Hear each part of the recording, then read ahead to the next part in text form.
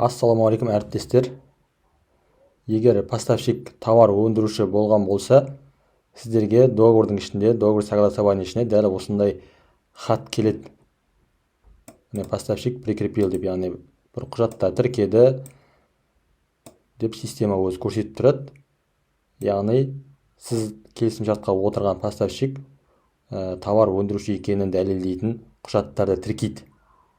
Поставщик прикрепит договор подтверждающий документы. Подтверждающий документы дегенге кіресіздер жоғарыда. Мына жерде подтверждающий документы деп тұрады. Соған кіресіздер. Сол кезде міне тіркеген письмолары тұрады. Осыларды өздеріңізге жүктеп аласыздар. Асықпай ашып қарайсыздар, немесе шығарып алып папканың ішіне тігіп қоясыздар. Сол письмоны ашып оқисыздар. Мысалға, осындай келісім шарт бойынша 7 октябрьде күшіне енді, 22 октябрь бүгін соңғы күн әкелу керек еді. Ал ол әкелген жоқ. Яғни мемлекеттік сатып алу порталының 18 заңының 2 пункт 9 подпункті бойынша, егер поставщик товар өндіруші болып табылатын болса, онда қосымша келісім шарт жасалады деп тұр, яғни.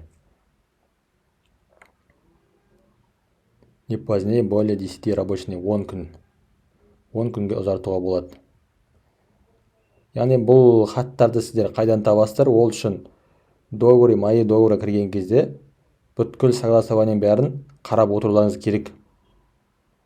Ең басында договорға действиет болғаннан кейін согласование қарайсыздар, болды, содан ешқандай хат келмейді.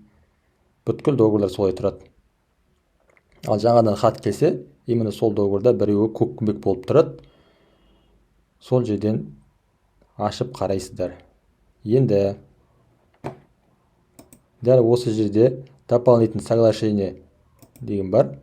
Соған басасыздар. Мен уже таңдап қойдым.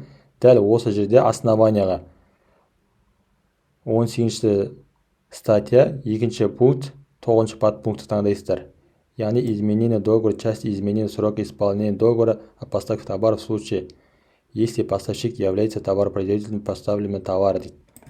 Бұл яғни тек қана товар ғана емес, мысалы мебель жасататын болсаңыздар, услуг, работа болса да дәл осы жатады. Бұл үшін ешқандай план ашпайсыздар, приказбен план ашып, ештеңе істемейсіздер. Тек қана сол действующий договорға кіресіздер де, дополнительное соглашениеге кіріп, осы жерден статьясын таңдап, ары қарай создать дополнительное соглашение басасыздар. Содан кейін дәл осындай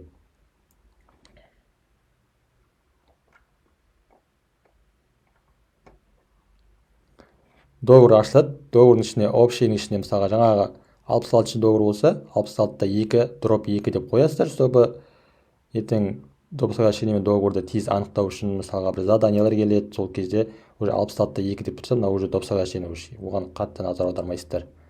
Договор болса жарайды. Сондай сияқты, енді 66-2 өзім солай жасап қоям. Общий вкладканы көшіріп аласыздар бәрін, копировать вставить деп, ана старый действующий договордан.